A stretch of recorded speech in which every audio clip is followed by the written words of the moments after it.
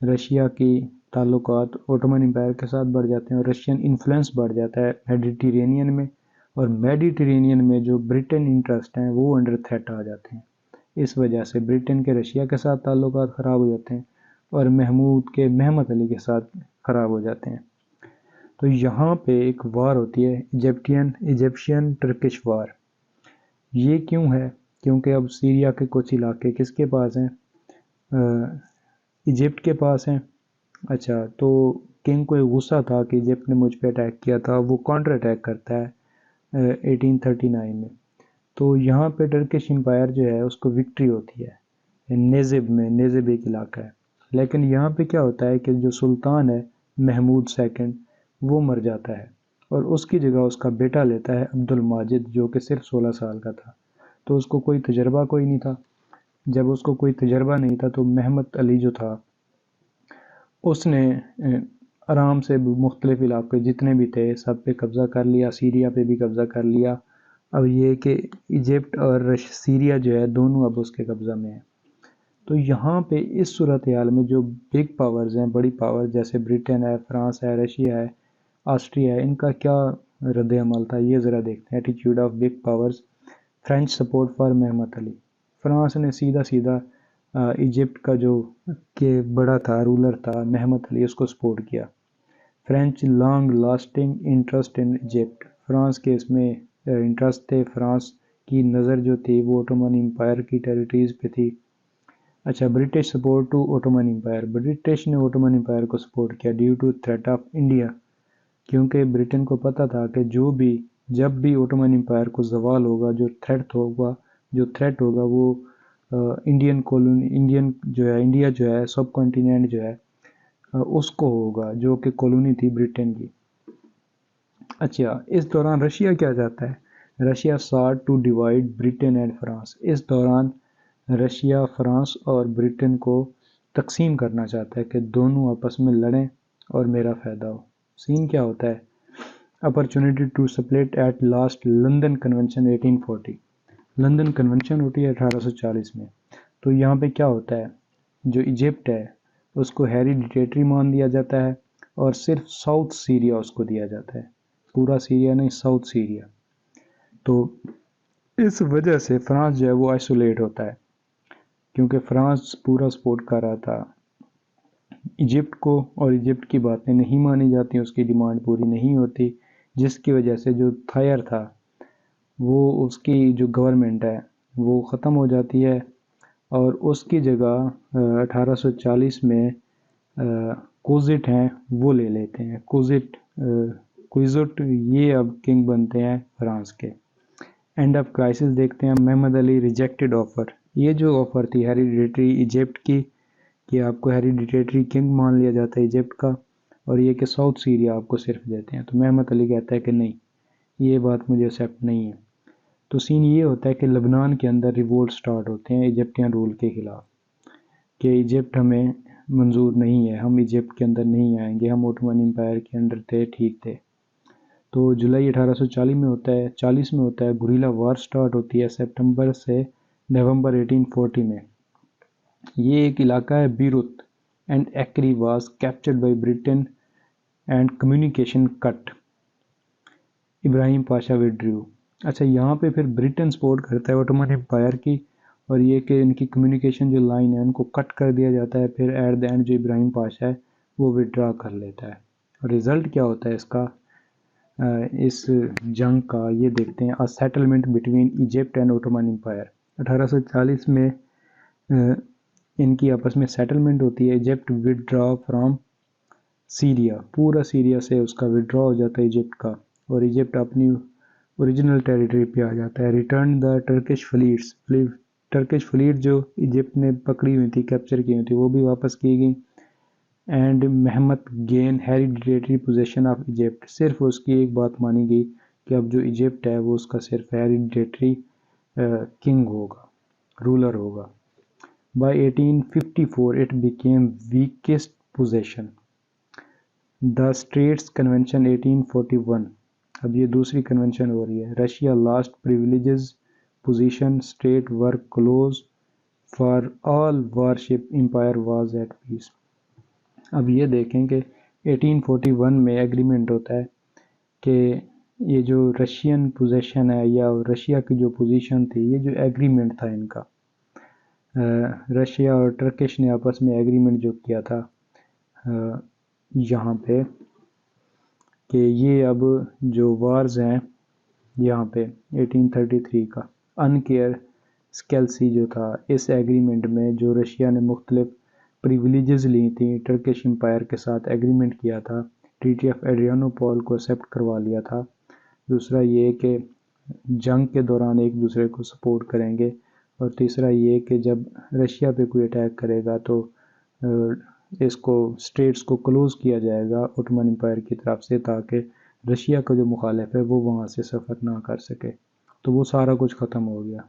تو ڈیسائیڈ یہ ہوا کہ جب جنگ کا ٹائم ہوگا تو ہر قسم کی جو شپس ہیں وہ وہاں سے نہیں گزر سکیں گی، اور یہ کہ امن کے موسم میں بھی وار شپ وہاں سے نہیں گزر سکیں گی۔ اب فیز 4 کی طرف آتے ہیں تو یہ کریمین وار ہے 1854 سے 1856 میں۔ یہ وار اصل میں رشیا اٹیک کرتا ہے اوٹمن امپائر پہ، تو اس کو اوٹمن امپائر کو سپورٹ کرتے ہیں فرانس اور برٹن۔ تو پھر ان کو اسی دوران پائیڈیمونٹ کا جو کنگ ہے وہ سپورٹ کرتا ہے، تو یہ پھر جنگ جیت جاتے ہیں، اور رشیا جو ہے وہ پھر ایگریمنٹ ان سے سائن کرتا ہے، پیس ایگریمنٹ، جس کو ٹریٹی آف پیرس بولتے ہیں۔ یہاں پہ ہم دیکھتے ہیں stemmed from Russia's threat to multiple European interests with its pressure of Turkey۔ کیونکہ اب ٹرکی کے ساتھ اس کے تعلقات اچھے تھے، لیکن رشیا نے ٹرکی کو پریشرائز کیا۔ کیوں کیا؟ ٹرکی نے، اوٹمن امپائر نے اس وقت قتل عام کیا تھا کہاں پہ، جو اس کی یورپین ٹیریٹریز تھی، وہاں کے جو اس کے لوگ تھے، کرسچن تھے، ان کو قتل عام کروایا تھا۔ کیوں کروایا تھا؟ وہاں پہ ریوولٹ سٹارٹ ہوئے تھے۔ تو رشیا کیونکہ خود کو کیا تصور کرتا تھا کہ وہ پروٹیکٹر ہے ان لوگوں کا، تو پورے، حالانکہ ڈیسائیڈ یہ ہوا تھا کہ سارے ملک جتنے بھی سٹیٹس ہیں، بڑی بگ سٹیٹس ہیں، وہ ڈیسائیڈ کریں گی اگر اس طرح کا کوئی معاملہ ہوا کہ ہم نے کیا آگے کرنا ہے، لیکن رشیا نے اس چیز کا واویلا کیا، کسی اور سٹیٹ نے سپورٹ نہیں کیا، تو رشیا نے چپکے سے اٹیک کر دیا۔ Russian evacuation of Danubian principalities, Russia کو وہاں سے پرنسپیلٹیز جو تھی ڈینوب کی، کہ یہاں یہ ان کا پروٹیکٹر ہے، اس سے ہٹا دیا گیا تھا۔ British and French troop siege city of Sevastopol in 1854۔ Battle of Balaclava, battle of Balaclava ہوتی ہے due to losses and Austrian resistance, Russia agreed upon terms of 1856 treaty of Paris.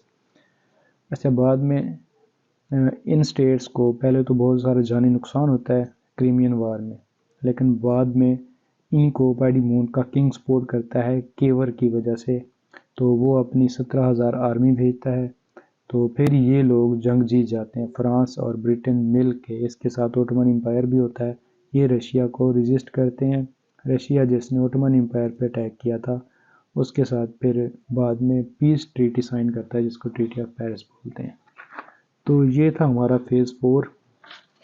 تو یہ basically eastern question تھا، اس کے ہم نے phase 4 پڑھے، اور اس میں مختلف ہم نے انٹرسٹ دیکھے اسٹیٹس کے، کہ ہر اسٹیٹ کا یہاں پہ کیا انٹرسٹ ہے۔ تو یہاں پہ ہمارا ٹاپک اینڈ ہوتا ہے، تو آگے ہم اگلے ٹاپک میں جو کریمین وار ہے اس کو ڈیٹیل کے ساتھ پڑھیں گے۔ تو تب تک کے لیے اللہ حافظ، اپنا خیال رکھیے گا۔